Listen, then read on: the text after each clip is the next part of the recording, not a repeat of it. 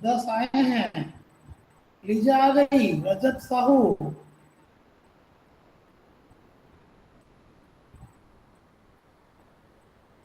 हाँ, जी सर।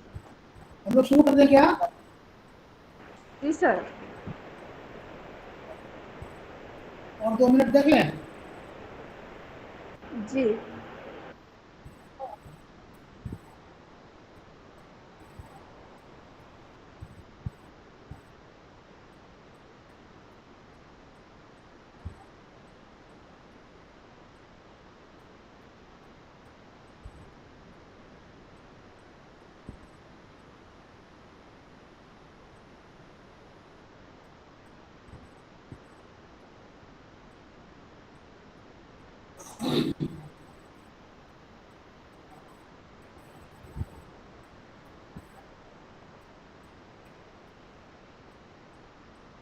तो हम लोग शुरू कर देते हैं। हाँ,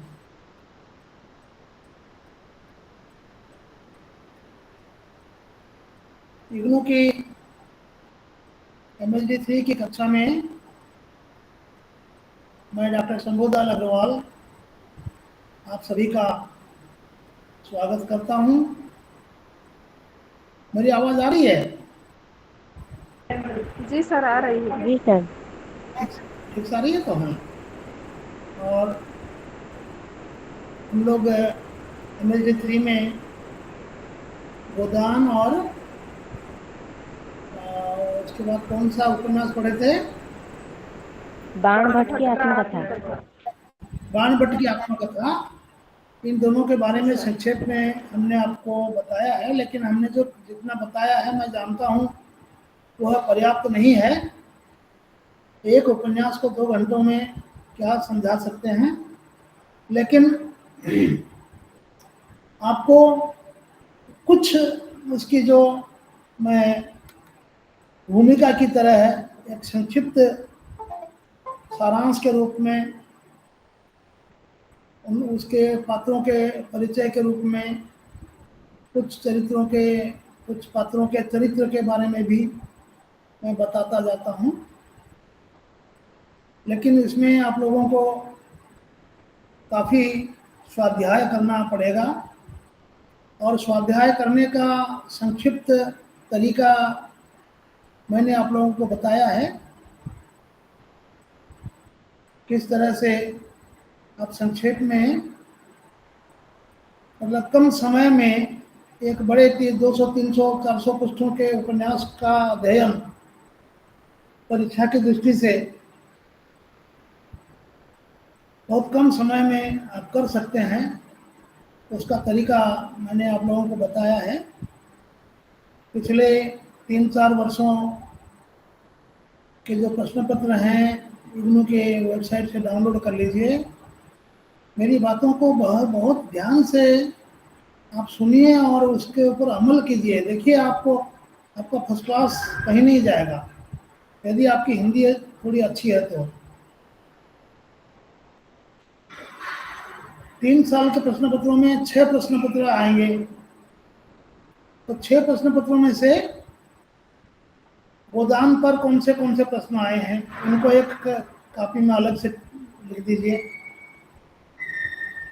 किस वर्ष कौन सी परीक्षा में कौन से प्रश्न आए, फिर अगली परीक्षा में कौन से प्रश्न आए। इस तरह से गोदान के प्रश्नों को अलग कर लीजिए, धरती धन अपना को अलग कर लीजिए, बाण भट्ट की आत्मकथा को अलग कर लीजिए। मतलब उस पर जितने भी प्रश्न आते हैं, पात्रों का परिचय तो हमने बता दिया है आपको। आपको पता है कि कौन सा पात्र किस उपन्यास का है, तो उस हिसाब से आप अलग अलग प्रश्नों को कर लीजिए और आप देख लीजिए कि कितने साल के बाद कौन सा प्रश्न फिर से आता है। थोड़ा सा बदल जाएगा उसका रूप, हाँ, उसका रूप थोड़ा सा बदल जाएगा, लेकिन उत्तर वही होगा। ऐसे प्रश्नों को आप संभावित प्रश्नावली अपनी बना लीजिए। और मैं तो कहूँगा कि 3 साल के प्रश्नों को पूरा आप तैयारी कर लीजिए। 6 प्रश्न पत्र आप तैयारी नहीं कर सकेंगे परीक्षा से पहले। आपके 4 पेपर हैं। 4 पेपर में से टोटल 4 पेपर में से हर पेपर के 6 प्रश्न पत्र आपने डाउनलोड किए। कितने प्रश्न पत्र हुए? 24। आपको परीक्षा के लिए 24 प्रश्न पत्रों का की तैयारी करनी है। ठीक है, उसके लिए आप क्या करेंगे, जो प्रश्न आपने गोदान के जितने प्रश्न आपने इकट्ठा कर लिए, आप उसको उसी प्रश्न को गूगल को पूछिए, लिख दीजिए गूगल में या क्रोम में, वो उसका कुछ उत्तर दे देगा आपको, संक्षिप्त उत्तर। फिर कई वेबसाइट भी उसमें मिलेंगे, उनको खोल खोल के आप उसके नोट्स बनाइए। नोट्स बनाकर आप अगर आगे बढ़ेंगे तो क्या होगा, आपकी तैयारी अपने आप हो जाएगी। और कुछ वीडियो देख लीजिए, ठीक है ना। तो आज हम लोग आगे बढ़ेंगे, धरती धन अपना उपन्यास का पाठ करेंगे। धरती धन अपना उपन्यास जो है, ये इसके लेखक हैं जगदीश चंद्र। जगदीश चंद्र नाम से हिंदी में 2 लेखक हैं और दोनों ही गद्यकार हैं। ठीक है, जगदीश चंद्र अलग है और जगदीश चंद्र माथुर वो अलग हैं। जगदीश चंद्र माथुर जो थे वो आकाशवाणी में नौकरी करते थे, जिन्होंने कोणार्क नाटक लिखा है। उन्होंने कुछ वर्ष उड़ीसा में भुवनेश्वर कटक आकाशवाणी केंद्र में उन्होंने नौकरी की, और यहाँ कोणार्क की कहानी कोणार्क के बारे में जानने के बाद उन्होंने कोणार्क नाटक लिखा है। लेकिन जो जगदीश चंद्र हैं ये अलग हैं। तो इसमें कभी आप मन में आपस में क्या कहते हैं, तो दोनों को एक मत समझना। इनका नाम जगदीश चंद्र है, इनके नाम में माथुर नहीं लगा है। तो जगदीश चंद्र जो हैं वे उपन्यासकार हैं और कई उपन्यास उन्होंने लिखे हैं।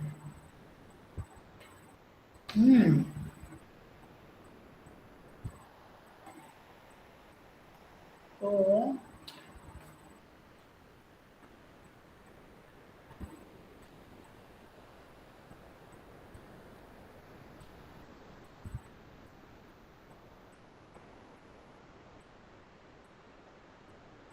देखिए, आपकी पुस्तक में इकाई 4 जो है वो जगदीश चंद्र के उपन्यास धरती धन अपना के बारे में है। इसमें पृष्ठ 8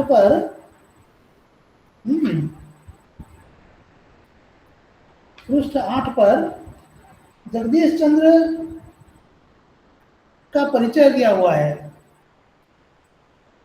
उसमें आप लोग चाहे तो लिख सकते हैं,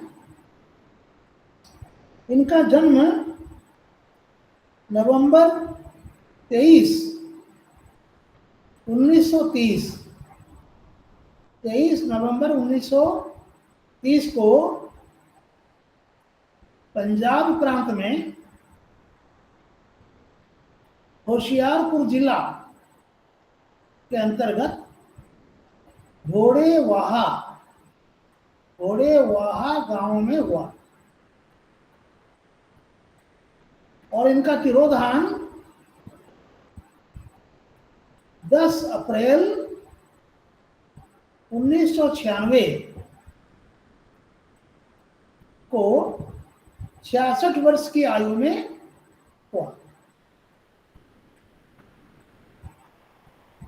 ठीक है, इन्होंने सेना में नौकरी की। जगदीश चंद्र माथुर आकाशवाणी में थे और ये सेना के अधिकारी थे। तो सेना में अपने अनुभवों को लेकर और अपने पैतृक गांव और ननिहाल, ननिहाल मतलब माता का मायका, उसके आसपास के गांवों में दलित समाज की जो स्थिति इन्होंने देखी, उसको उपजीव्य बनाकर, मतलब उसके आधार पर, क्योंकि लगभग सभी रचनाएं दलित साहित्य के अंतर्गत आती हैं। ठीक है, जगदीश चंद्र, इनका जो पहला उपन्यास है,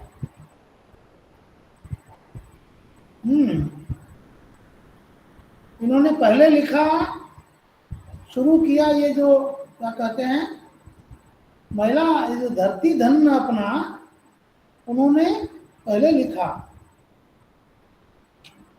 1955 में। आप लोग लिखते जाइए, 1955 में उन्होंने लिखा और इसके 8 अध्याय इन्होंने लिख लिए।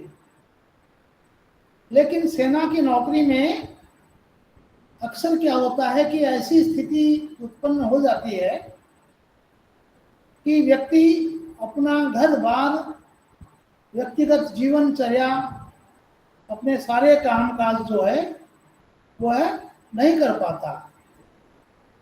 ठीक है, तो इसलिए वो 8 अध्याय लिख करके वो छूट गया उनका। हाँ, 8 अध्याय लिखने के बाद लेखन कार्य छूट गया।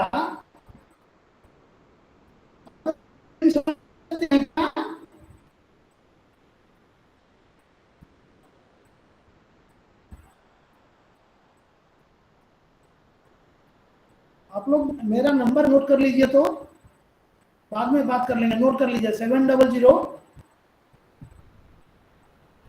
लिख रहे हैं? जी सर।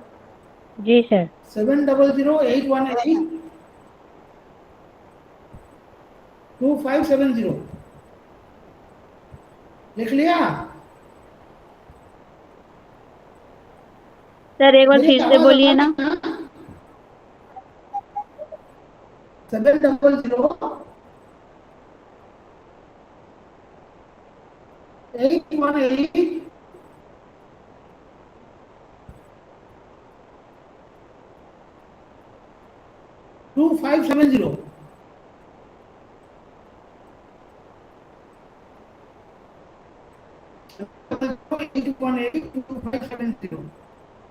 आप लोग बाद में मुझे मैसेज करना, मेरा ये जो क्लास कर रहे हैं इसका एक स्क्रीनशॉट भेजना मुझे, जब अधिक विद्यार्थी होंगे तब। तो 1955 में उन्होंने लिखा और वो छूट गया अधूरा, तो फिर ध्यान से बात हट गई। उसके बाद कुछ और बातें उनके जहन में आ गई और अपने बचपन से लेकर आगे तक की जो कथा, उनके जो उन्हें अधिक प्रेरित थी जो बातें, वो उन्होंने उस पर एक उपन्यास लिखा, यादों का पहाड़। यादों का पहाड़ 1966 में छप गया। ठीक है, यादों का पहाड़ पूरा करने के बाद उन्होंने धरती धन अपना जो अधूरा छूटा हुआ था उसको लिखा, उसको पूरा करके 1968 में पूरा किया और वह उपन्यास 1972 में छपा। और यह उपन्यास छपने के बाद इस उपन्यास ने बड़ा नाम कमाया और मशहूर हो गया। बहुत चर्चित उपन्यास है ये। इसका उन्होंने दूसरा खंड भी लिखा है, दूसरा भाग, ये हम लोग जो पढ़ रहे हैं ये पहला भाग है। दूसरा भाग जो है उसका नाम है नरक कुंड में वास। नरक कुंड में वास, नरक कुंड में वास 1993 में छपा।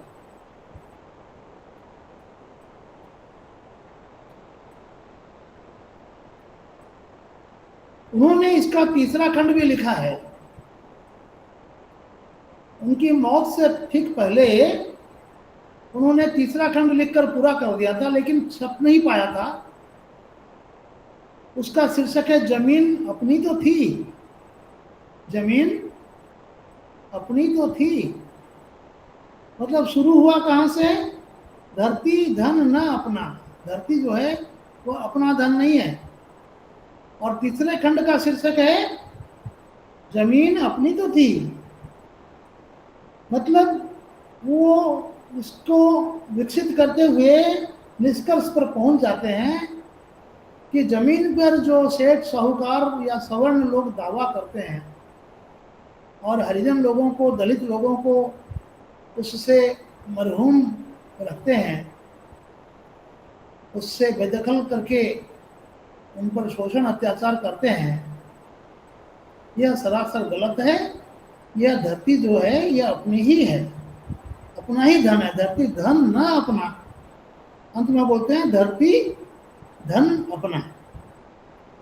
जमीन अपनी तो थी। ठीक है। ये उनका देहांत हुआ 1996 में और यह मरणोपरांत 2001 में प्रकाशित हुआ। समझ में आया?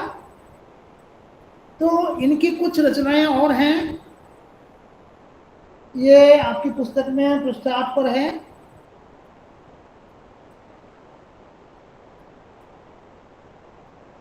इन्होंने हिंदी, उर्दू और पंजाबी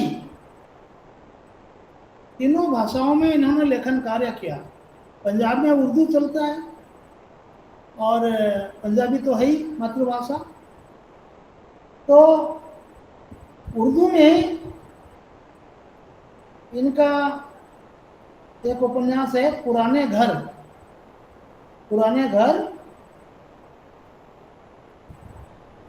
और एक है उड़ीका। उड़ीका ये पंजाबी में है। सेना की नौकरी के आधार पर, अनुभवों के आधार पर उन्होंने लिखा है आधा पुल। सभी उपन्यास हैं। आधा पुल और टुंडा लाट। टुंडा TUNDA। टुंडा लाट। और इसका तीसरा भाग है लाट की वापसी। लाट की वापसी।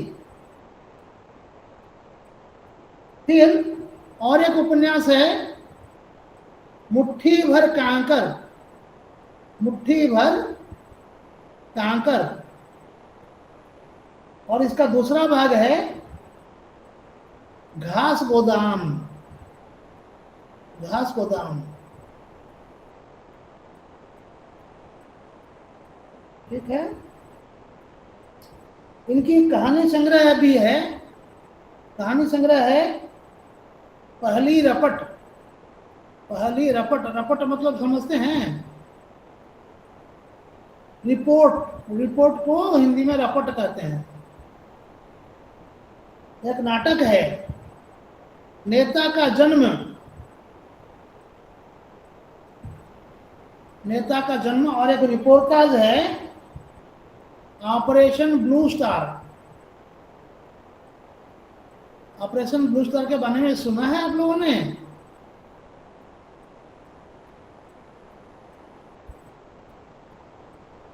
शायद सन 1981 के आसपास, मुझे और याद नहीं है तिथि।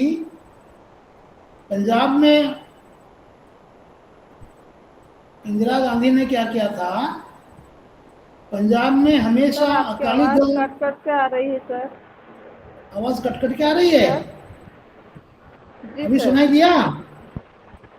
जी सर। सुनाई दिया? जी सर। हाँ, तो पंजाब में अकाली दल का शासन हमेशा हुआ करता था और कांग्रेस सत्ता पर काबिज नहीं हो पा रही थी। इंदिरा गांधी ने क्या किया, एक भिंडरनवाले नाम का एक पंजाबी सिख को ट्रेनिंग दी अपने पास, अपने घर पर बुला के, और उसको उसके अंदर पंजाबियत, जैसे केरल में इसमें क्या कहते हैं लोग, क्षेत्रवाद का वो नारा दे करके आते हैं ना, जैसे अभी महाराष्ट्र में चल रहा है मराठी भाषा आंदोलन, हिंदी भाषी से भागो यहाँ से, बाकी दूसरे प्रदेशों से जो लोग आए हैं उनको भगा रहे हैं। तो ये जो पागलपन, ये इसका बीज इंदिरा गांधी ने बोया था। उसने क्या किया, उसको भिंडरनवाले को ट्रेनिंग दी और उसको कहा कि तुम सिखों के बारे में, हाँ, अलग राष्ट्र, एक खालिस्तान के लिए तुम चलाओ आंदोलन। और उसने ऐसा कर दिया कि अंत में उसी के लोगों ने इंदिरा गांधी की हत्या भी कर दी 1984 में। तो 1981 में भिंडरनवाले को मारने के लिए वो जाकर के छुपा था कहाँ पर, स्वर्ण मंदिर में। तो स्वर्ण मंदिर में सेना घुसकर,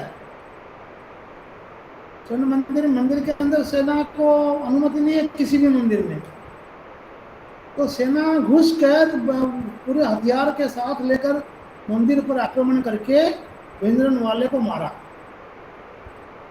तो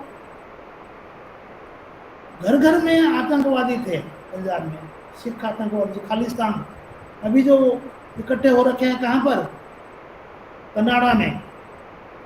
भारत में जब एक थे पुलिस के डीजीपी, उनका नाम मैं भूल रहा हूँ, तो उन्होंने ऐसा दमन किया कि ये लोग डर के मारे सारे खालिस्तानी भाग गए भारत से, सारे मारे गए, जो बच गए वो भाग गए कनाडा में, अब वहाँ चला रहे हैं ये लोग। तो ये देशद्रोही जो हैं, ये शासन में जो लोग बैठते हैं वही लोग बनाते हैं अपने स्वार्थ के लिए, जैसे ममता बनर्जी पश्चिम बंगाल में कर रही है। खैर, तो इनका जो रिपोर्टाज है ऑपरेशन ब्लू स्टार, वो जो स्वर्ण मंदिर अमृतसर में जो है उस पर जो आक्रमण किया गया और भिंडरनवाले को मारा गया, उस ऑपरेशन का नाम है, जैसे अभी कश्मीर में ऑपरेशन महादेव, ऑपरेशन सिंदूर, ऐसे अलग अलग नाम देते हैं ना, वैसे ही ऑपरेशन ब्लू स्टार नाम दिया था उसको, और भिंडरनवाले वो उसमें मारा गया।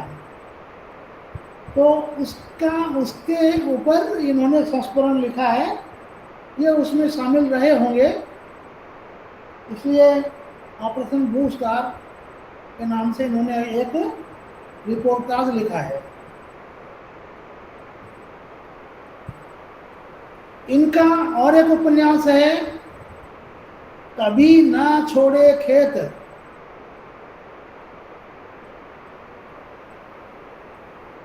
कभी ना छोड़े खेत,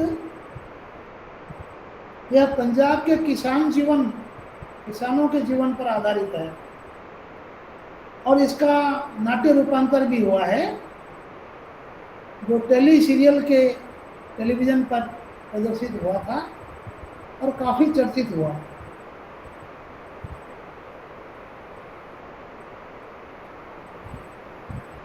ये जो 3 उपन्यास हैं, धरती धन अपना और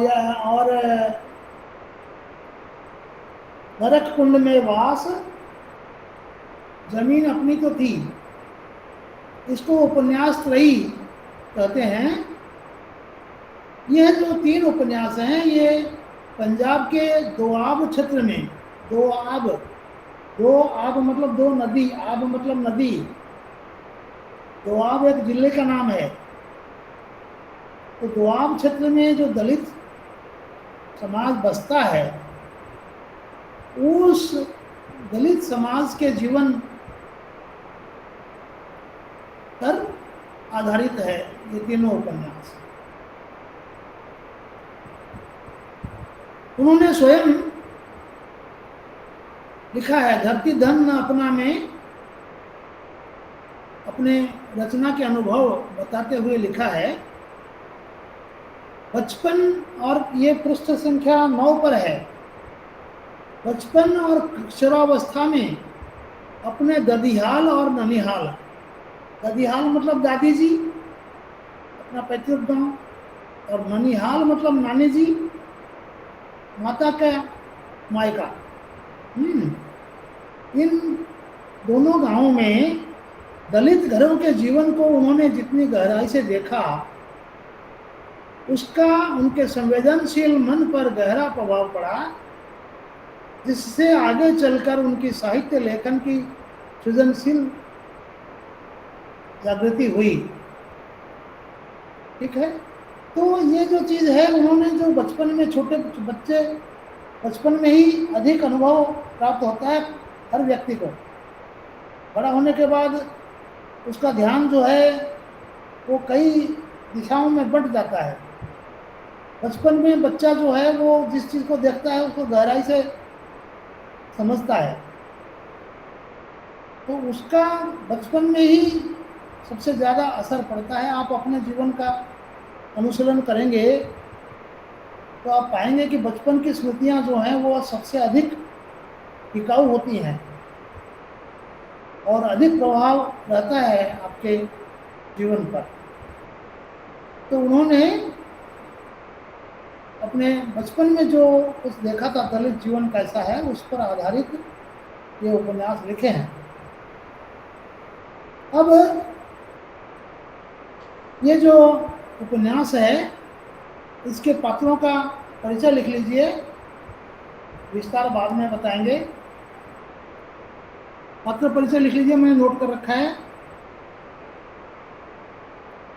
काली उपन्यास का नायक है, कालीचरण, संक्षेप में काली। यह है अपने पिता की तरह कबड्डी का खिलाड़ी है, कबड्डी का खिलाड़ी है और मेहनती है, प्रेमी स्वभाव का है, अत्यंत साहसी है और स्वाभिमानी है। ठीक है, यह बचपन में चला जाता है शहर पैसे कमाने के लिए, और शहर से लौटने के बाद जो घटनाएं घटित होती हैं उसी पर यह उपन्यास आधारित है। काली के पिता बचपन में ही स्वर्गवासी हो चुके थे। उसे उनकी चाची जो है, उनकी माँ भी स्वर्ग सिधार गई थी, उनकी चाची जो है उनका नाम है प्रतापी चाची। उन्होंने पाल पोसकर बड़ा किया था, प्रतापी चाची। तो प्रतापी चाची के प्रति काली के मन में गहरा मोह बसा हुआ है। वो शहर से नहीं लौटता, लेकिन चाची के मोह ने, अपने चाची के प्रति मोह के कारण वो खींचा चला आया अपने गांव वापस। और गांव में तो और कोई था नहीं, एकमात्र वही चाची थी, ना कोई अपने परिवार का व्यक्ति, ना कोई रिश्तेदार। तो उस गांव में जो दूसरे पात्र हैं, एक है चौधरी हरनाम सिंह। चौधरी हरनाम सिंह यह पूरे गांव की जमीन का मालिक है। पूरे गांव की जितनी जमीन है उसका मालिक है, और सब कोई उसकी उसके खेतों को जोतते हैं, उसी के काम करके जीवन धारण करते हैं। फिर एक है जीतू, वो है दलित मजदूर है, दलित जाति का मजदूर लड़का है। इसने फसल चोरी की या फसल नष्ट कर दिया, ऐसा अभियोग लगाकर चौधरी उसकी पिटाई करता है। कौन? चौधरी हरनाम सिंह। हाँ, और उसका साथ देता है मंगू चमार। मंगू एक लड़का है, चमार लड़का, वो है चौधरी का खास आदमी है, और वह उसका पक्ष लेकर कुछ अधिक सुविधाएं मिल जाएंगी इस आशा से वह क्या करता है, वह चौधरी को भड़काता है अपने कबीले के लोगों के खिलाफ, और उनको पिटवाता है। ठीक है, झूठे आरोप लगाकर। हाँ, ये मंगू ने ही झूठा आरोप लगा दिया जीतू के खिलाफ कि वो लाठी लेकर उधर जा रहा था, उसने गायों को खेत में ले गया वो, और फसलें नष्ट हो गई। इस तरह उसने, मंगू ने चौधरी के पास शिकायत की है, और सबके सामने भी वो बोलता है, तू लाठी लेकर नहीं जा रहा था उस समय, मैंने देखा नहीं तुझे। इस तरह करके जब कहता है तो हरनाम सिंह उसकी पिटाई करता है। मंगू की एक बहन है, वो है जानो।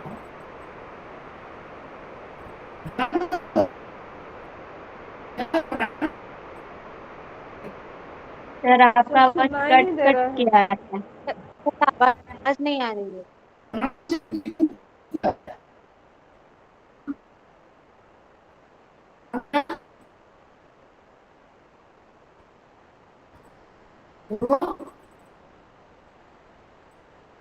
सर आपकी आवाज कट कट के आ रही है।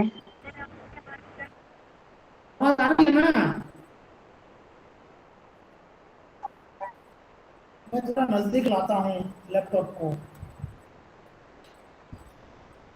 अभी देखो तो, जी सर, आ रही है। अभी आवाज ठीक आ रही है? जी सर। हाँ जी सर, आ रही है। हाँ, तो आ रही है ना? जी तो सर। जब राम सिंह जीतू की पिटाई करता है तो मंगू को शिकायत कर रहा है, लेकिन उसकी बहन जो है उसमें बीच बचाव करती है और चौधरी से लड़ती है। सर मंगू की तो बहन कौन है वहां सर? काली वहां मौजूद उपस्थित था। हाँ बेटा, सर मंगू की बहन कौन है? उसका नाम बोलो। सर मंगू की बहन का नाम हाँ? क्या है? मंगू की बहन का नाम क्या है सर? ज्ञानो, ज्ञानो, नाम में ओ की मात्रा। तो ज्ञानो प्रतिवाद करती है।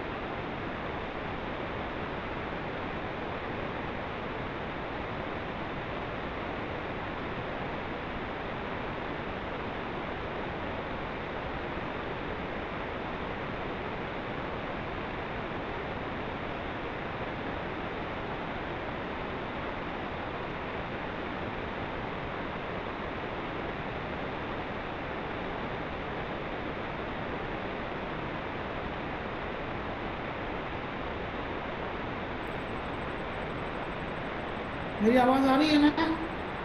जी सर। हाँ, तो ज्ञानो वहाँ प्रतिवाद करती है। वहाँ शहर से लौटा काली खड़ा था और वह ज्ञानों को देखकर, ज्ञानों न्याय के पक्ष में लड़ सकती है, यह देखकर काली जो है वो ज्ञानों के प्रति आकर्षित होता है। उसके मन में उसके प्रति प्रेम भाव जागृत होता है और वह भी ज्ञानों के साथ मिलकर चौधरियों का विरोध करता है।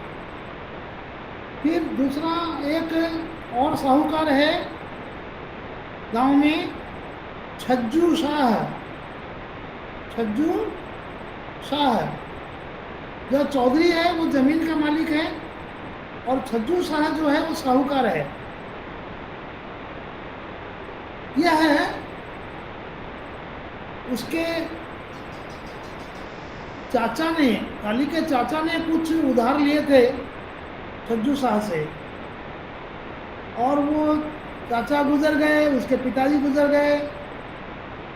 जब छज्जू शाह को पता चलता है कि काली शहर से बहुत सारा पैसा लेकर आया है और अपना मकान जो है उसको पक्का मकान बनाना चाहता है, मिट्टी का कच्चा मकान है ना, मिट्टी से, मिट्टी की दीवारें, ऊपर वो पुआल का छप्पर, हाँ, तो उसकी इच्छा थी कि उस पैसे से वो जो सवर्णों के जैसे मकान है वैसे पक्का मकान बनाए। तो वो काली ये छज्जू शाह के पास जाता है उसका परामर्श लेने के लिए कि किस तरह से मकान बनाया जाए, उसका मतलब प्लानिंग, डिजाइनिंग इत्यादि, हाँ, कौन मिस्त्री का काम करेगा, क्या है। तो छज्जू शाह उसको बोलता है कि देखो यह जमीन जो है तुम्हारी नहीं है,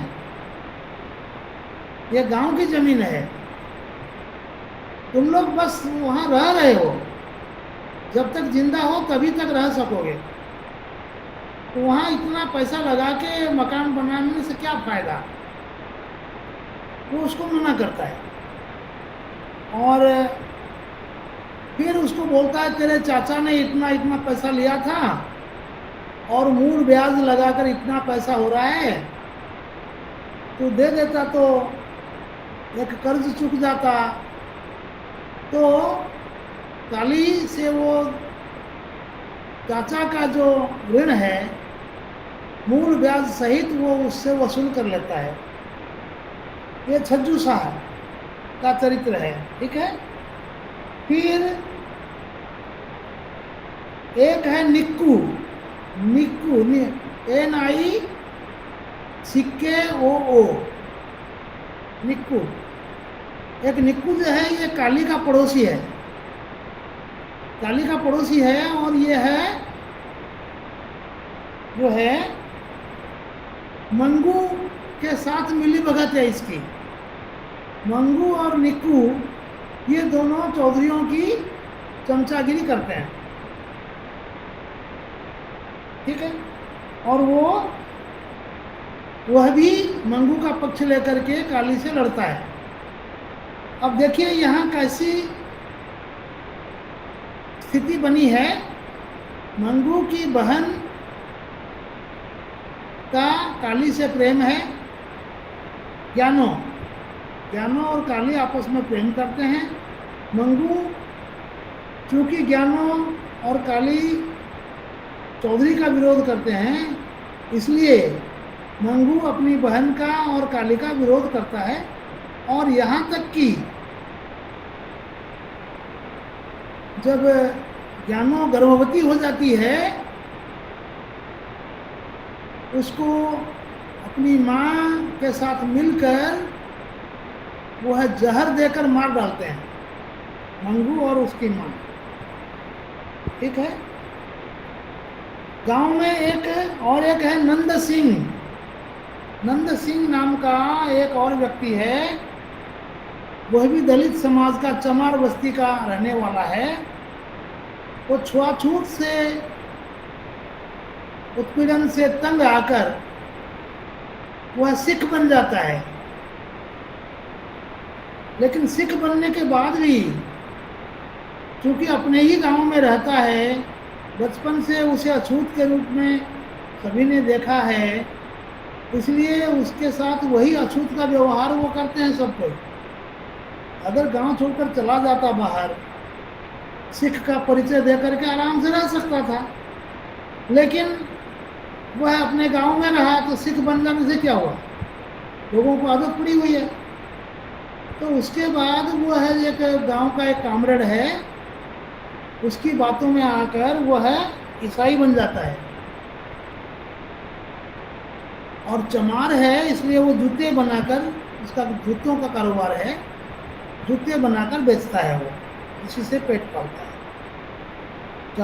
चाहे सिख बन जाए चाहे ईसाई बन जाए, उसका काम तो वही है।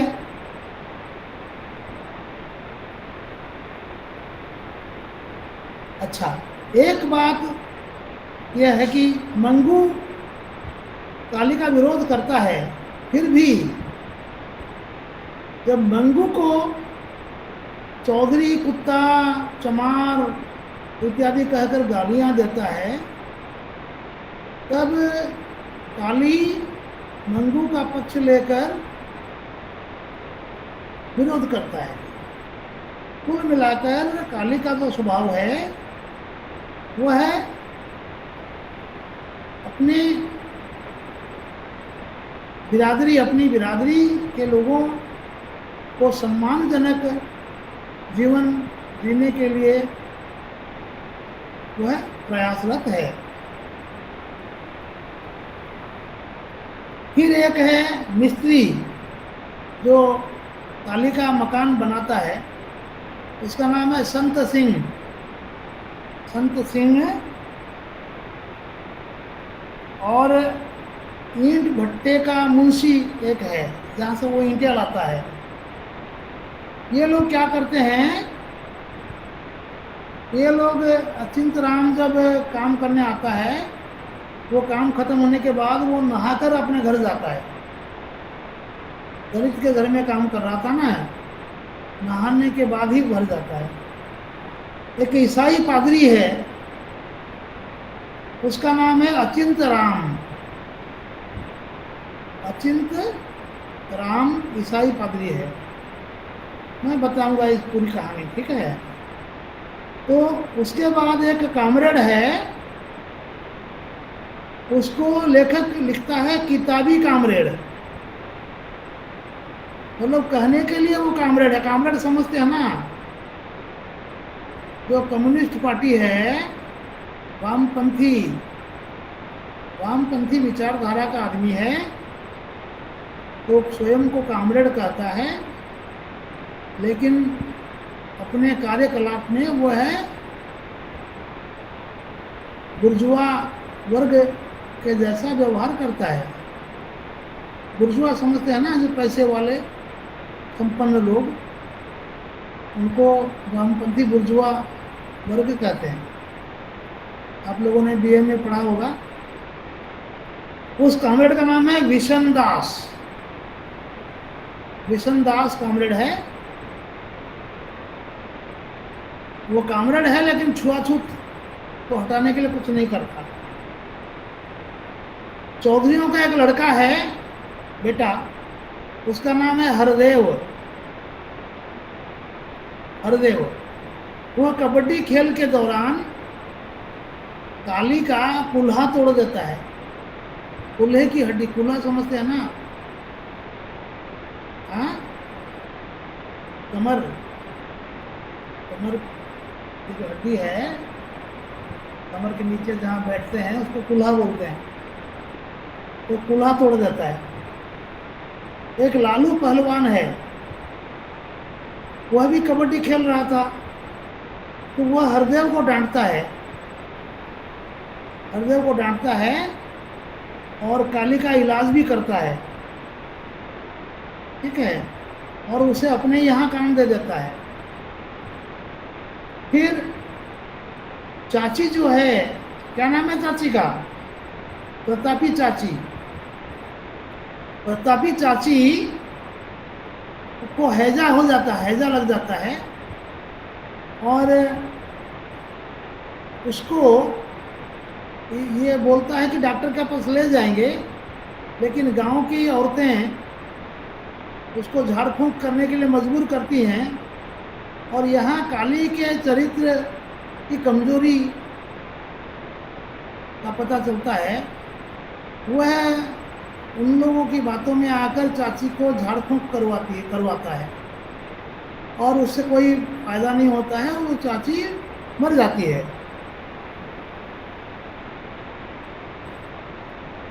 एक पड़ोसन है, काली की पड़ोसन लड़की, महिला,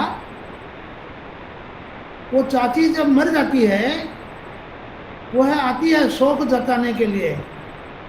शोक जताने के लोग आते हैं ना, आके रो धो के जाते हैं। वो आती है शोक जताने, और चाची का जितना गहना वगैरह था, रुपए पैसे, काली का लाया हुआ शहर से पैसा, वो सब छुपाकर चोरी करके ले जाती है। ठीक है। काली का मकान अधूरा रह जाता है। सब कुछ लुटाकर वह घास काटना, लालू पहलवान की मजदूरी इत्यादि करके पेट पालने लगता है।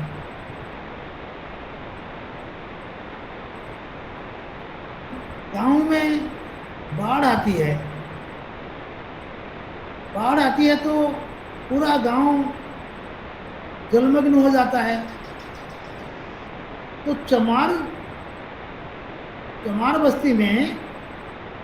बस्ती को लेखक ने चमादड़ी लिखा है। चमादड़ी पंजाब में चमार बस्ती को चमादड़ी कहते हैं, पंजाबी भाषा में। तो चमादड़ी में एक कुआं है जिससे ये लोग पानी वानी पीते हैं। उस कुएं का जो मुंडेर है, मुंडेर समझते हैं ना, जो पत्थर की चुनाई की हुई होती है ऊपर तक, वह कुआं जो है वो धरती से बराबर में है। थोड़ा अगर ऊपर उठा हुआ होता उसके मुंडेर अगर ऊपर उठे हुए होते 2-3 फुट तो कोई बात नहीं थी। जब बाढ़ का पानी आया तो कुआं भर गया, और कुएं के ऊपर पानी 2-3 फुट ऊपर आ गया, तो सारा जो पानी, गंदगी, मरे हुए जीव सब कुएं में आ गए। तो उस समय पीने के पानी की किल्लत हुई, और गांव में ठाकुरों का जो कुआं है उससे उन लोगों ने पानी लेने नहीं दिया इन लोगों को। और जो ईसाई पादरी है उसके घर में नलका लगा हुआ था, उसने बोरिंग करके नल का पानी उसने रखा है। नहीं गलत बोला मैं। वो जो हैंडपंप होता है ना, वो हैंडपंप उसने लगा रखा था। तो वहाँ से लोग पानी लाते थे, और ईसाई पादरी होने के कारण ईसाइयों में ये छुआछूत की भावना नहीं होती। मुसलमानों में भी है, लेकिन ईसाइयों में नहीं होती है। तो वो ईसाई पादरी मना नहीं किया उसने। लेकिन क्या हुआ, चमादड़ी के जो लोग हैं ये लोग अशिक्षित जाहिल इंसान हैं। अब जाहिल बोलना पड़ता है इसलिए कि उनका जो आचरण है, जीवन शैली, वह वैसी है। वही हक देंगे, वही मुँह लेंगे, मतलब उनका कोई सफाई के प्रति ध्यान नहीं रहता। तो ये चमादड़ी का कोई बच्चा, उसने जाके वहाँ टट्टी कर दिया। कहाँ? नलके के पास। तो टट्टी कर दिया, तो उसी नलके से तो वो फिर ये जो ईसाई पादरी, उसकी पत्नी, ये लोग तो पानी उसी से लेते हैं ना। तो अचिंतराम, उसकी पत्नी ने गुस्से में आकर इन लोगों को भगा दिया, पानी लेने नहीं दिया। जाओ जाओ तुम लोग जाओ, यहाँ आने की जरूरत नहीं है। तो ये लोग भूखे प्यासे तड़प गए। तो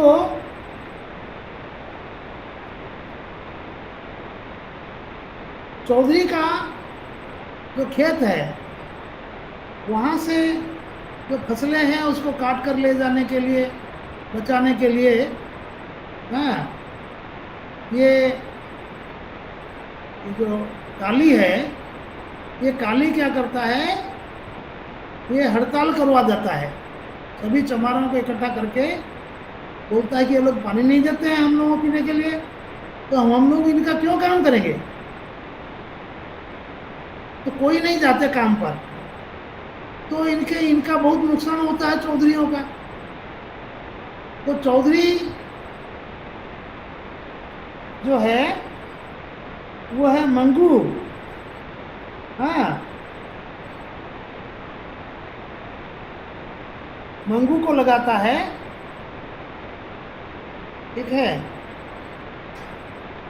और इन लोगों को पटाने की कोशिश करता है।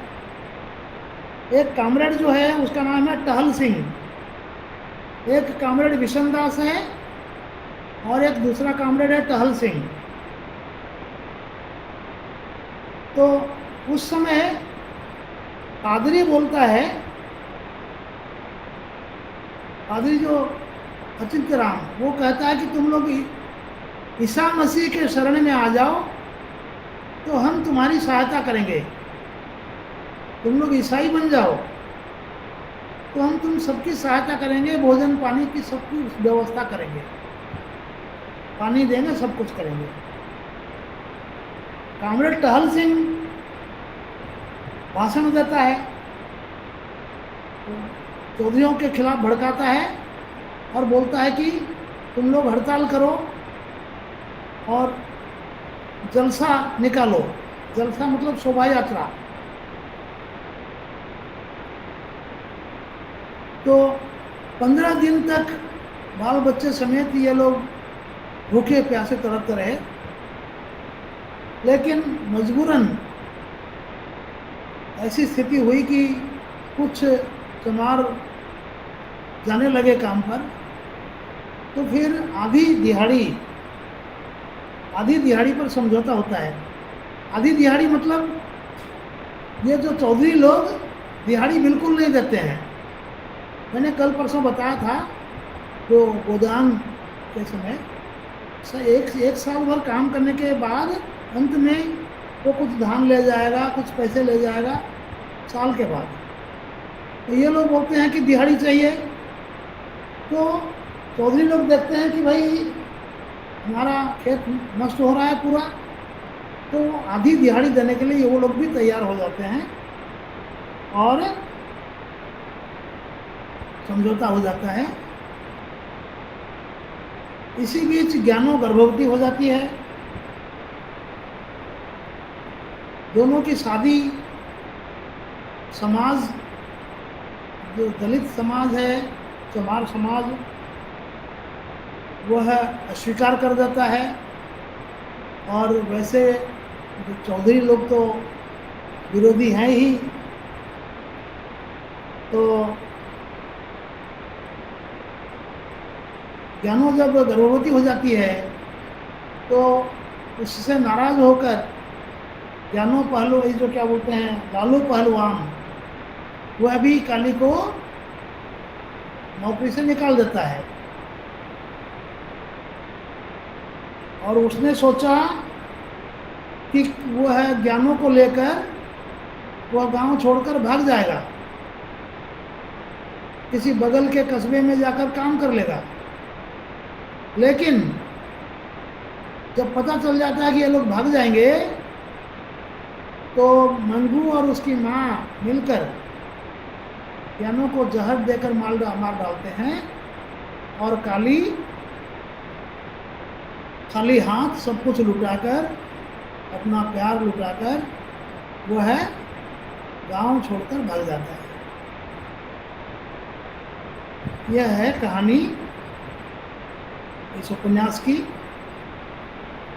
दलित समाज का बड़ा मार्मिक वर्णन है। हाँ, पंडित संतराम जो है वो मंदिर में एक कुआं है, तो मंदिर के लेने की मना कर देता है। चमार पानी लेंगे तो कुआं अशुद्ध हो जाएगा, ठीक है।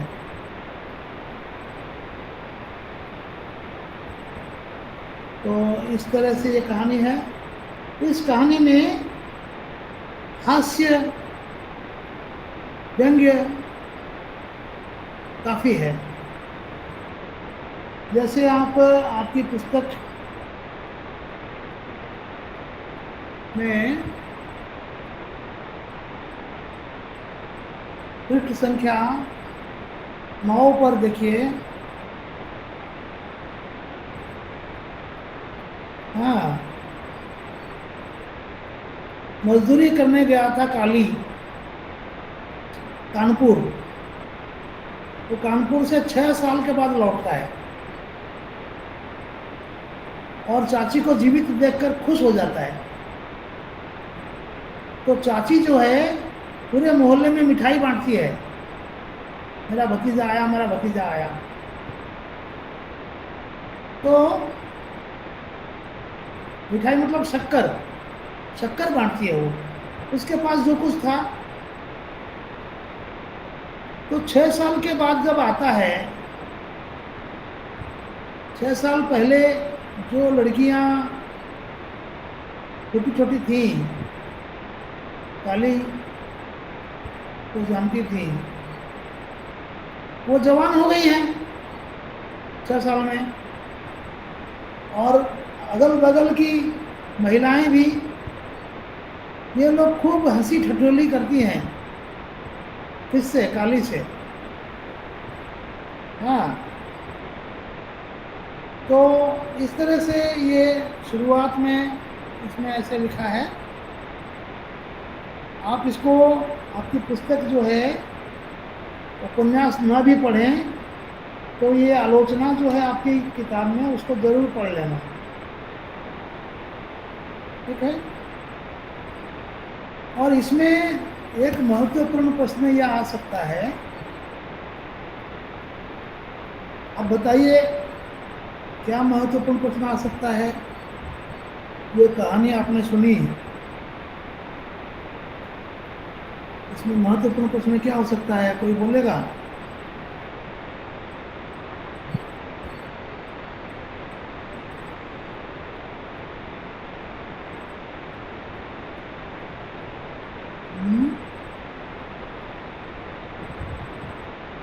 सोच के बताओ।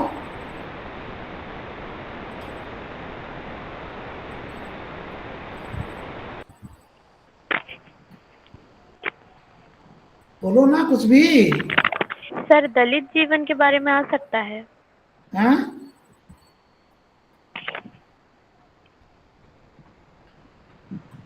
बोलो अंकिता।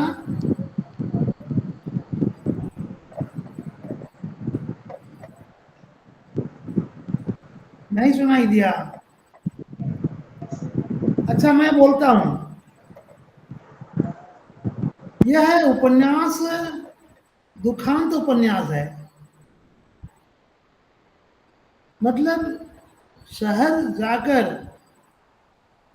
और स्वयं साहसी स्वाभिमानी होते हुए भी काली, जो उपन्यास का नायक है, उसकी हार होती है।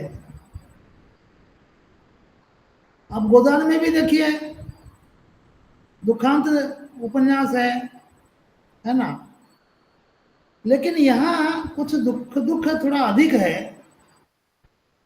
ज्ञानों को मार दिया जाता है और चौधरी लोग जीत जाते हैं। वो पाखंडी, वो जो क्या कहते हैं, कामरेड, और वो ईसाई पादरी, इन सबकी एक तरह से जीत ही होती है। और जो न्याय का पक्ष लेने वाले लोगों की हार होती है और वो जीवन से, एक तो जीवन से हाथ धो बैठती है, प्यार जो है उनका वो परवान नहीं चढ़ पाता, और कुल मिलाकर असफलता हाथ लगती है। तो इस तरह के रचनाओं का समाज पर क्या असर पड़ेगा? क्या पाठक के मन में न्याय के पक्ष में खड़े होने के बारे में एक निराशाजनक, एक नैराश्य पैदा नहीं होगा? यह प्रश्न है। तो इसमें आप इसका उत्तर देते हुए अरस्तु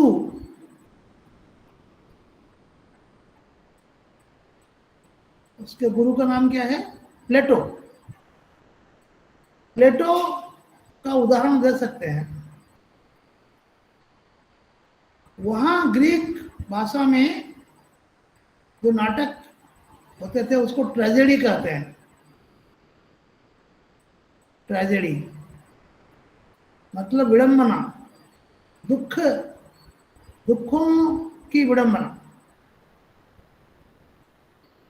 नाटक होते ही इसलिए हैं कि समाज का जो कठोर चित्र है, नाटक हो चाहे उपन्यास हो चाहे कहानी हो, साहित्य का उद्देश्य होता है समाज का यथार्थ चित्रण करना। जिस यथार्थ से पाठक का मन, दर्शक का मन उद्वेलित हो, चिंतित हो, वह गहरी सोच में पड़ जाए, घंटों तक अपने आप को संभाल न सके, कुछ कर गुजरने के लिए उसके मन में एक विद्रोह की भावना पैदा हो, इसे साहित्य का चरम उद्देश्य मान सकते हैं। साहित्य का उद्देश्य है समाज का परिष्कार करना,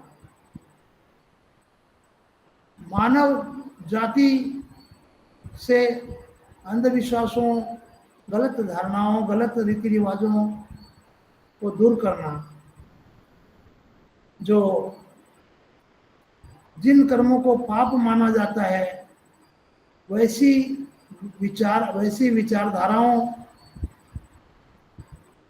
को समूल नष्ट करना, यह है साहित्य का चरम उद्देश्य। तो जब तक उसके कठोर पक्ष को आप उजागर नहीं करेंगे, तब तक पाठक के मन पर कोई बहुत बड़ा असर नहीं पड़ेगा। आप सोचिए, क्या सुखांत नाटक देखने से या सुखांत रचना पढ़ने से पाठक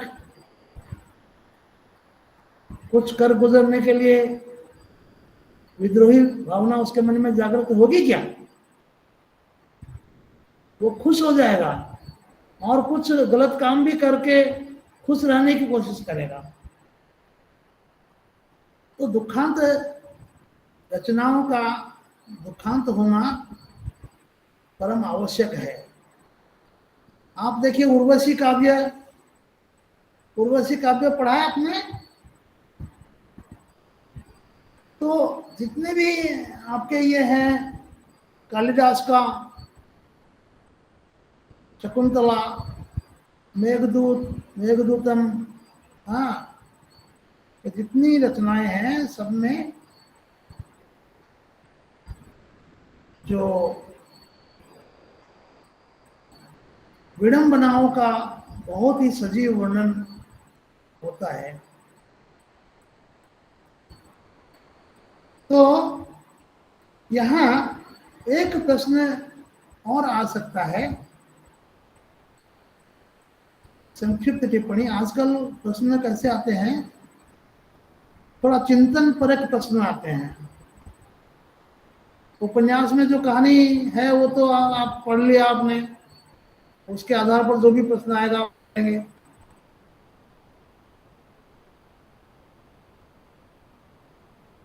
लेकिन मान लीजिए आपको प्रश्न पूछा जाएगा कि ज्ञानों और काली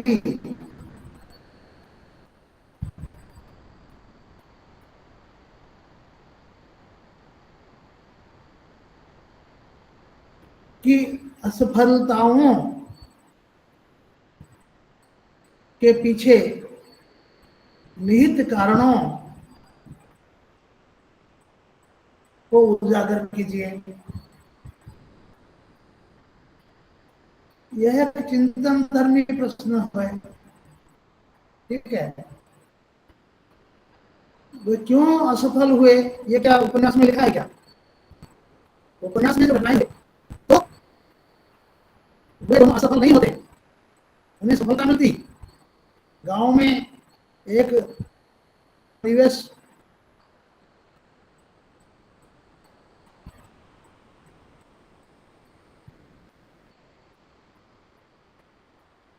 सुनाई दे रहा है, गांव में एक सकारात्मक परिवेश पैदा होता। तो इसके बारे में मैंने कुछ लिखा है, मैं आपको बताता हूं। ठीक है, काली और ज्ञानों का चरित्र प्रेमी न्यायप्रिय होने के साथ साथ एंग्री यंग मैन का है। एंग्री यंग मैन समझते हैं, जो ये एक शब्द युग्म है अंग्रेजी का, जो हर भाषा में प्रयुक्त होता है। जो जवानी में लोग अक्सर न्याय के लिए लड़ पड़ते हैं, इसलिए उसको एंग्री यंग मैन कहते हैं। सिर्फ क्रोध या विद्रोह से विजय हासिल नहीं होती। किसी भी लक्ष्य को हासिल करने के लिए योजना बनानी चाहिए। आप कहीं पर अन्याय होते देखा, आप वहां कूद पड़े, वहां 10 आदमी हैं जो बदमाश हैं, वहां आप जीत नहीं सकते। ठीक है, तो योजनाबद्ध तरीके से काम करना चाहिए। उसमें आने वाले संभावित अड़चनों की काट और समाधान की पृष्ठभूमि पहले ही से तैयार करना चाहिए, जो उन्होंने नहीं किया दोनों ने। काली ने अवश्य एक बार ऐसा किया है, जब बाढ़ और सवर्णों के खिलाफ हड़ताल के दौरान चौधरी के यहाँ काम पर जाने को तैयार प्रीतो के बेटे को अपना सारा अनाज देकर उसे हड़ताल को टूटने से बचा लेता है। प्रीतो जो है उसका बेटा जाने लगता है, तो ये क्या करता है, इसके पास जितना अनाज था वो उसको दे देता है, ले तू खा, लेकिन चौधरी के काम पर मत जा। लेकिन इसके चलते उसे स्वयं को फाके करने पड़ते हैं। वह शहर में 6 वर्ष काट कर आया है। वहां उसके चाहने वाले मित्र और अन्य लोग होंगे। वह पत्रक लिखकर, चिट्ठी लिखकर, किसी को भेजकर किसी संपन्न मित्र या संगठन से सहायता की मांग कर सकता था। अकेले गांव में नहीं लड़कर, जब चमादड़ी में आके पड़ रहे हैं, पानी नहीं मिल रहा है, तो वह किसी संगठन, शहर में यह था, शहर में बहुत सारे संगठन होते हैं, तो वह अगर थोड़ा दिमाग लगाता तो खुद जाता या किसी को भेजकर वहां से सहायता मंगा सकता था। गांव में लालू पहलवान जैसे चाहने वाले लोग उनके जरिए कुछ लोगों से गहरी दोस्ती कर लेता। लालू पहलवान के जैसे और भी कुछ लोग होंगे, उनसे पहले से ही गहरी दोस्ती कर लेता तो शायद ये दिन देखने नहीं पड़ते। ज्ञानों के साथ उसके संबंधों को समाज स्वीकार नहीं कर रहा था, तो उसे बहुत पहले ही गांव छोड़कर कहीं और बसेरा कर लेना था। ये जो उनके संबंधों को बुरी नजर से देखना और उनको परेशान करना काफी लंबे समय तक चला, और उसको समझ जाना चाहिए दोनों को कि यहाँ हमारा निर्वाह नहीं होगा, और वो बहुत पहले ही गांव छोड़कर चले जाते, कहीं और बसेरा कर लेते, तो कुछ साल और 8-10 साल के बाद फिर गांव में आकर के दोबारा बस सकते थे। लेकिन यह उन लोगों ने नहीं किया, और अंत में गांव में तो कोई था नहीं, उसकी एक मर्द चाची थी, वो चल बसी थी, तो वहां क्यों रहना था उसको, किसके लिए लड़ रहा था वो।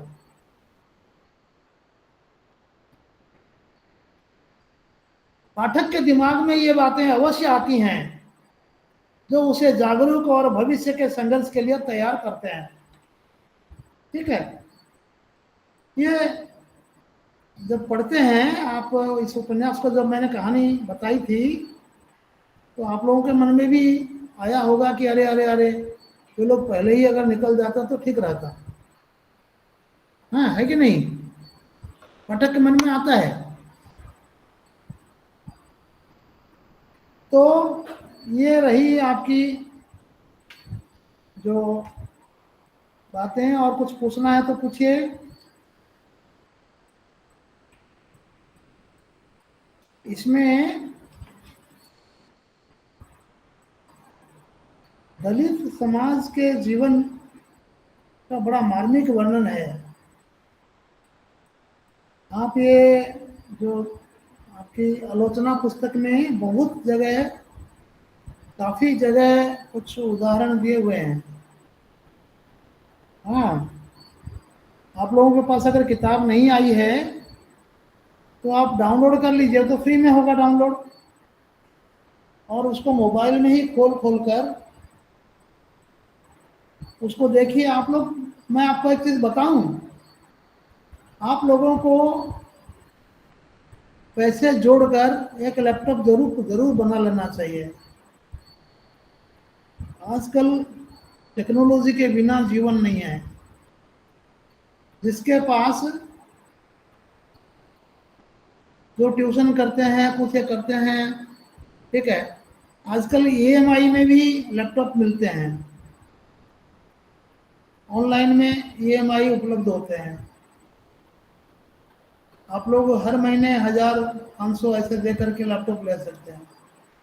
कोई महंगा 60-70 हज़ार का लेने की जरूरत नहीं है, 20-30 हज़ार में भी लैपटॉप मिल जाता है नया। आप कम पैसों वाला ले लीजिए, आपको उसमें वीडियो नहीं देखना, मतलब क्या, जो फालतू वीडियो नहीं देखना, जो एजुकेशनल वीडियो है उसमें लैपटॉप को नुकसान नहीं होता है, उसमें वायरस नहीं आता है।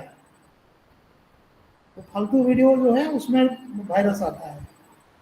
तो आप लोग उसको अगर ये कर लेंगे, एक लैपटॉप बना लेंगे ना, तो बड़ा स्क्रीन है, उसमें आप डाउनलोड करके पढ़ सकते हैं, कुछ अपनी रचनाएं टाइप करके लिख सकते हैं, टाइपिंग का अभ्यास कर सकते हैं।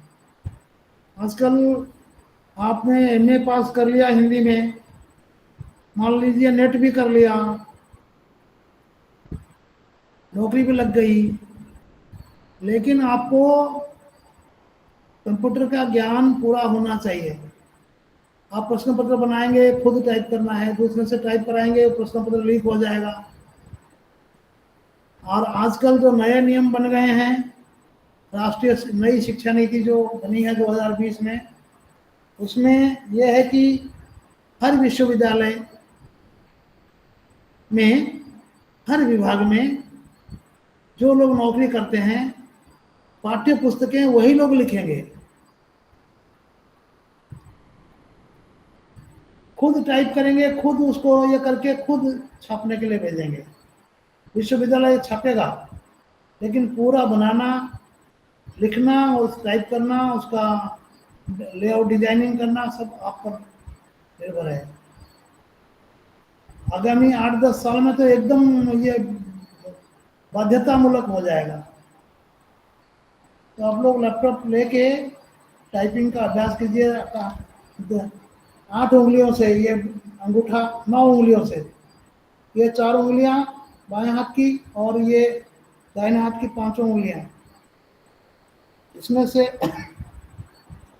हाँ उंगली ऐसे घुमा घुमा के फटाफट फटाफट, आपने कोर्ट कचहरी में देखा होगा किस तरह से जल्दी जल्दी टाइप करते हैं। आप लोगों को अभ्यास करना है, मैं कर लेता हूँ, मैंने अभ्यास किया है।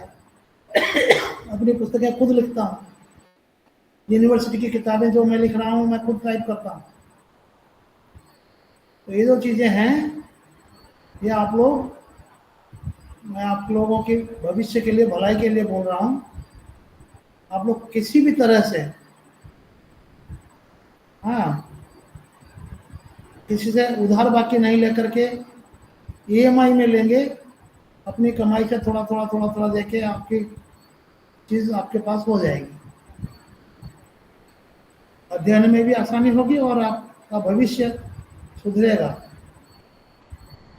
आजकल जो आर्टिफिशियल इंटेलिजेंस निकला है, चैट जीपीटी निकला है, आप लोग जानते हैं? आपको कोई भी प्रश्न अगर पूछना है, आप चैट जीपीटी में प्रश्न लिख देंगे तो वह क्या करेगा, जो मैं बता रहा हूँ कि आपको अलग अलग सूत्रों से संग्रह करके रिसर्च करके लिखना चाहिए, वो चैट जीपीटी क्या करता है, वो अलग अलग सूत्रों से सारा संग्रह करके उसका सारांश आपको दे देता है। मैं बूढ़ा आदमी हूँ, मैं सीख रहा हूँ ये सब कैसे होता है, लेकिन चैट जीपीटी आर्टिफिशियल इंटेलिजेंस भरोसेमंद नहीं है, उसमें काफ़ी गलतियां आएंगी, क्योंकि वो तो इंसानी खोपड़ी नहीं है ना। तो आप लोगों को खुद रिसर्च करने का अभ्यास डालना चाहिए। तो क्या होगा, आप चैट जीपीटी में जो प्रश्न डाले, उसने जो दिया उसकी जांच कर सकते हैं आप, अरे यहाँ तो गड़बड़ लिख रहा है, ठीक है ना। ये बहुत आवश्यक है। आप लोगों को कुछ पूछना है तो पूछो।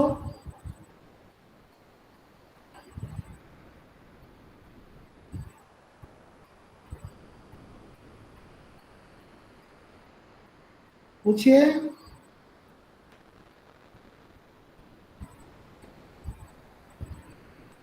मेरी आवाज आ रही है ना? हेलो सर, नमस्ते सर। हाँ बोलो। आज मेरा पहला क्लास है। कल चेक किया तो मालूम पड़ा कि क्लास हो रहा है। तो आज मेरा पहला क्लास है। जो क्लास हो गया है उसका मतलब क्या, कहाँ से वो जो क्लासेस मिलेगी, और उसका जो पीडीएफ वगैरह सुनो, का अगर कुछ। आप, मैंने जो मोबाइल नंबर दिया आपने नोट कर लिया क्या? जी जी हाँ, आप मुझे वो व्हाट्सअप नंबर है मेरा, जी आप कॉल कीजिए या उसमें अपना प्रश्न लिखिए, मैं आपको ज़रूर बताऊंगा। और जी जी दूसरी बात है, हमारे पास एक बहुत बड़ा ग्रुप है, उसमें विद्यार्थी आपस में बहुत सलाह मशविरा करते हैं, जी ठीक है। 700 विद्यार्थी हैं उसमें। जी सर, वो ग्रुप कौन सा ग्रुप है, मतलब कैसे ज्वाइन हाँ, ज्वाइन करना है? मैं पिछली बार लिंक डाल दिया था, जी लेकिन आज मैं नहीं डाल पा रहा हूँ। जी जी वो लिंक को कॉपी करके पेस्ट करना पड़ेगा ना। जी। तो आप लोग मुझे व्हाट्सएप पर संपर्क करेंगे तो मैं आपको लिंक दे दूंगा, ओके सर, ओके सर। जी ठीक है। जी सर। आप उसमें जुड़िए, उसमें बहुत विद्वान लोग भी हैं, मेरे मित्र हैं, 2-4 गुरुजन भी हैं आपके, और जी जो लोग क्लास लेते हैं। और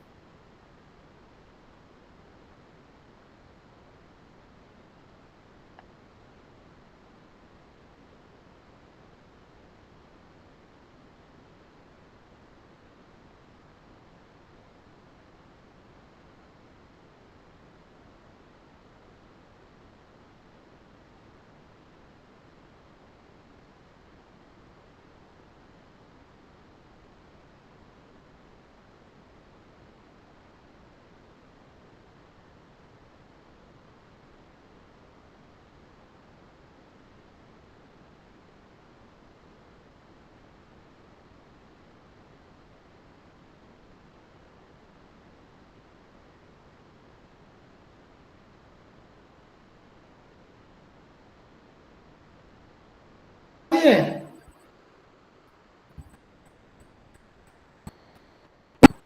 और आप लोग ध्यान से सुनिए, और फर्स्ट ईयर सेकेंड ईयर ऐसा मत सोचिए। सेकेंड ईयर की कक्षा भी होती है ना, आप उसमें जाइए।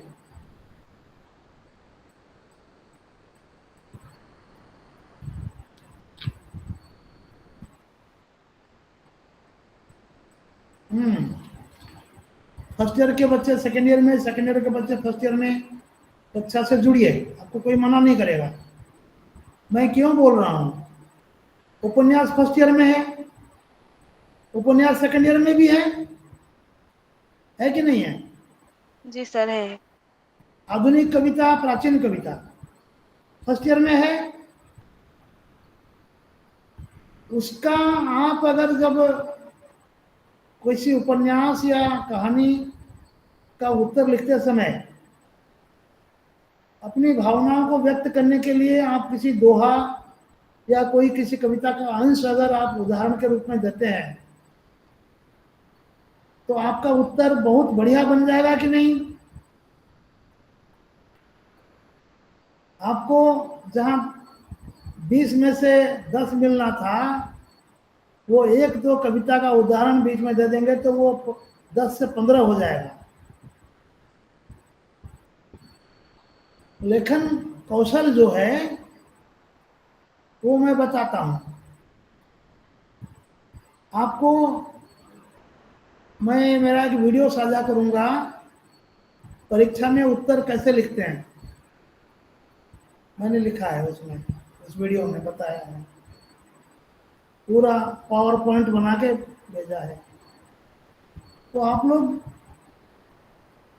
समझते नहीं है कि किस तरह से उत्तर लिखना है, कितना लिखना है, उसको सर आप सजाना कहाँ कैसे है। शेयर करेंगे, मतलब आपका जो हाँ वीडियो मधु, है वो अ, सर आप जो बोले कि आप आज आपका जो कैसे लिखते हैं वो शेयर करेंगे, वो आप कहाँ शेयर करेंगे? आप लोग ग्रुप से जुड़ जाएंगे तो वहां शेयर करूंगा। जी ठीक है सर, ठीक है। और कहाँ शेयर कर सकूंगा, सबके लिए अलग अलग समय तो नहीं दे पाऊंगा, और आप लोगों का ग्रुप हम नहीं बना पा रहे हैं क्योंकि जो इग्नू वाले वो आप लोगों का नंबर हमें नहीं देंगे, ठीक है ना। तो जितने लोग जुड़ते हैं आप लोग आपस में, जो जिसको जानता है, जो जिसको जानता है, आपस में मिलकर हमारे ग्रुप से जुड़ जाइए सब कोई, तो उसमें आप लोगों का मार्गदर्शन हो सकता है, और व्यक्तिगत रूप से भी मैं कभी कभी बताऊंगा, ठीक है। और आप लोगों को कक्षा में प्रश्न पूछना चाहिए। अगली कक्षा में हम लोग पढ़ेंगे सूखा बरगद। हाँ, कल कल सूखा बरगद हम लोग पढ़ेंगे, तो आप लोग उसको थोड़ा पढ़ लेना, किताब के अंश को, जी ठीक सर है। जी। तो आप लोगों को आसानी होगी समझने में। उसमें से कुछ प्रश्न अगर आपके मन में होंगे आप जरूर पूछना, जहां तक संभव होगा हम बताएंगे। हम्म सबसे बड़ी बात है, हम लेखन कौशल आप लोगों को बताएंगे, किस तरह से लिखना चाहिए। लेकिन जैसे मैं आपको, आपके कक्षा मैंने 2 घंटे की ली, क्या मैंने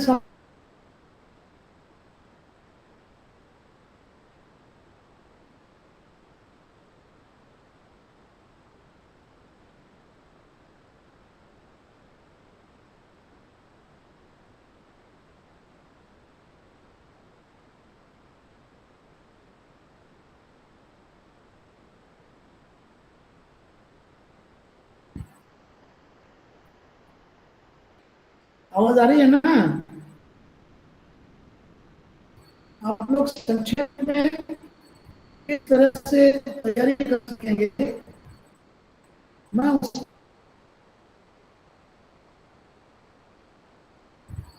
जो जो लोग काम धंधा करते हैं, कुछ करके जीवन धारण करते हैं, कुछ कमाते हैं, घर को पैसा देते हैं, अपना खर्च उठाते हैं, उनके लिए समय निकालना बहुत मुश्किल है। और जो लोग कॉलेज में जाते हैं पढ़ने के लिए, घर से रोज 200-300 रुपया लेके जाते हैं, वहाँ खर्च करते हैं, दोस्तों के साथ मस्ती करते हैं, वह समाज अलग है। बाप मजदूर है, तब भी वो अपने बेटी को, अपने बेटे को कॉलेज भेजना चाहता है। आज तक लोगों को पता नहीं कि इग्नू जैसी संस्था है, बहुत सारी संस्थाएं हैं जो ऑनलाइन में पढ़ाते हैं, घर में बैठ के बच्चा पढ़ सकता है। मुश्किल से 10-15 हजार रुपए में आपकी एमए की डिग्री हो जाती है। रोज का 200-300 रुपया बच्चा, वह बच्चा घर के कामकाज में सहयोग किया, कहीं छोटी मोटी नौकरी पार्ट टाइम या फुल टाइम करके भी घर को सहारा दे सकता है, और साथ में अपने खाली समय में पढ़कर डिग्री भी हासिल कर सकता है, और उसकी पूरी मान्यता है। लेकिन उसके लिए क्या है कि आप लोगों के जैसे जो विद्यार्थी हैं, आप लोगों ने मेहनत की है, अपने आप पर भरोसा है कि हम पढ़कर कर सकते हैं।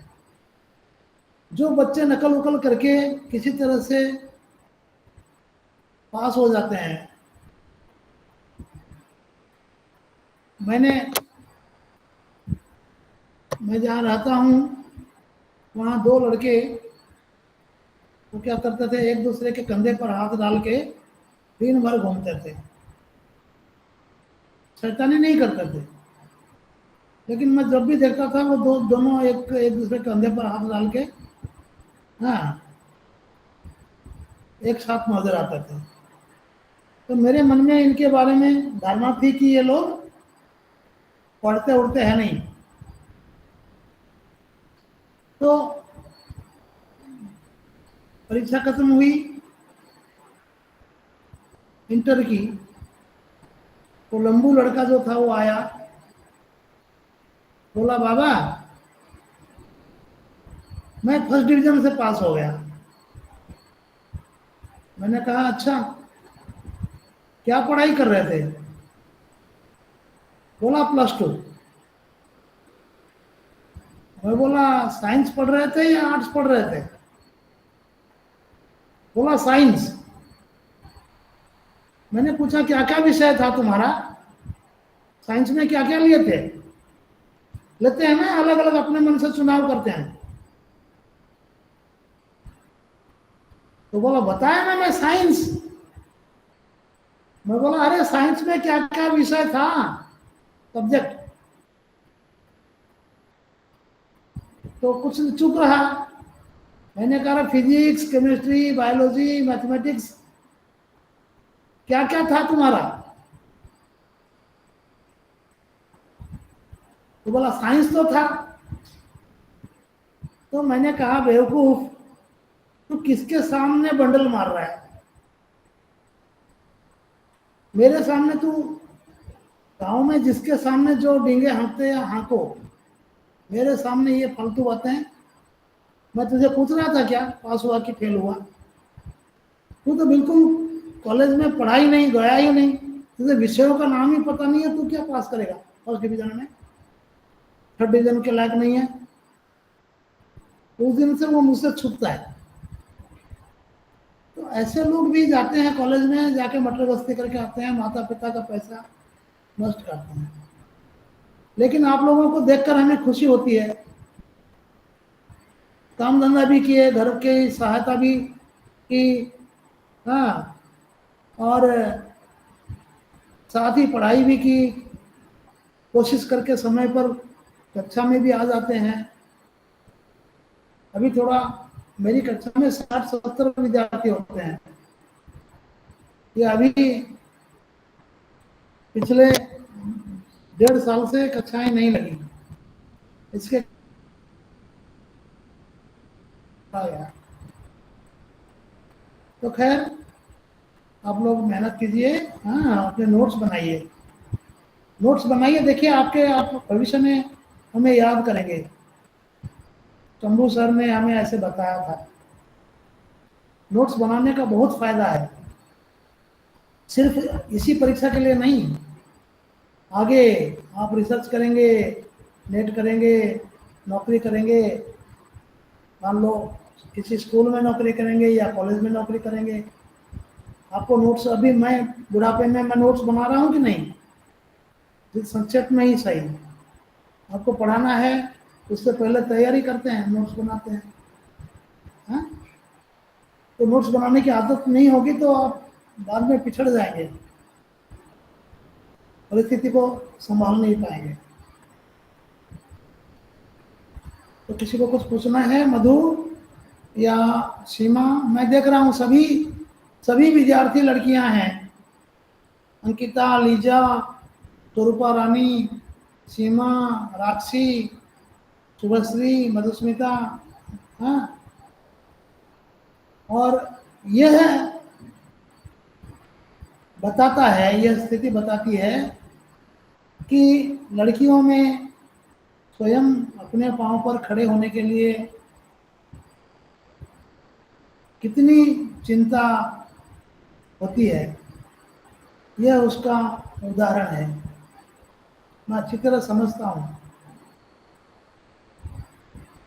इग्नू में ऑनलाइन क्लास में जितने भी है ना, 100 में से 95 लड़कियां ही होती हैं, क्योंकि उन्हें कॉलेज जाने की इजाज़त नहीं है, घर के काम काज में सहारा देना है, माता पिता बोले तब भी वो नहीं जाती है। जो थोड़ा जागरूक लड़कियां हैं वो घर में काम काज में हाथ बटाना चाहती हैं, कुछ कमाना चाहती हैं। और ये सबसे बड़ी अच्छी चीज़ है कि अपने पाँव पर आप लोगों को खड़े होना है। कुछ पूछो लीजा, अंकिता। आप लोग अपना वीडियो क्यों बंद करके रखते हो? मैं वीडियो चालू करके रखता हूँ, मैं भी चाहता तो वीडियो बंद कर देता ना। हाँ, आप लोग वीडियो क्यों बंद करते हैं? सबको ही एक दूसरे को देखेंगे तभी तो जोश आएगा मन में। ये 8-10 वो हैं, हाँ, आयताकार क्षेत्र, उसमें बीच में एक एक गोल है बस।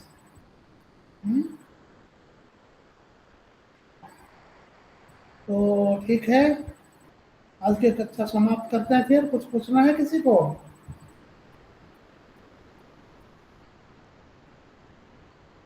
स्वरूपा रानी, और तीन कौन कौन है इसमें?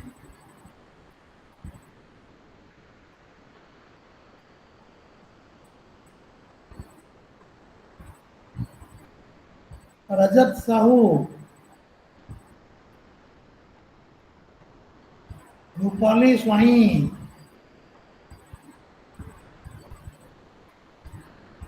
फिर सुकांति बेहरा, एक है। तो आज की कक्षा समाप्त करते हैं। शुभ रात्रि। Thank you sir. शुभ रात्रि खुश सर। रहो। हमें मैसेज करो, और हमारी कक्षा आप लोगों को कैसे लगती है लिख कर भेजना। जी सर।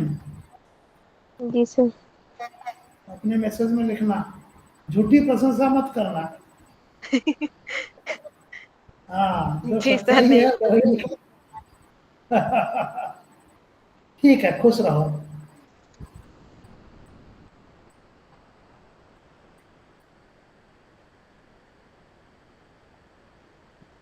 हेलो, आज किस विषय में किया गया?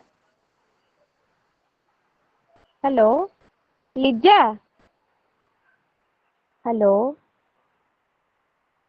रूपाली।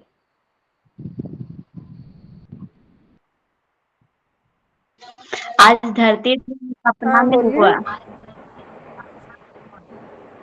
कौन सी टॉपिक है? धरती धन और एक बार अपना। बोलिए। धरती धन है धरती अपना। धन अपना। अच्छा अच्छा, ठीक है ठीक है ठीक है।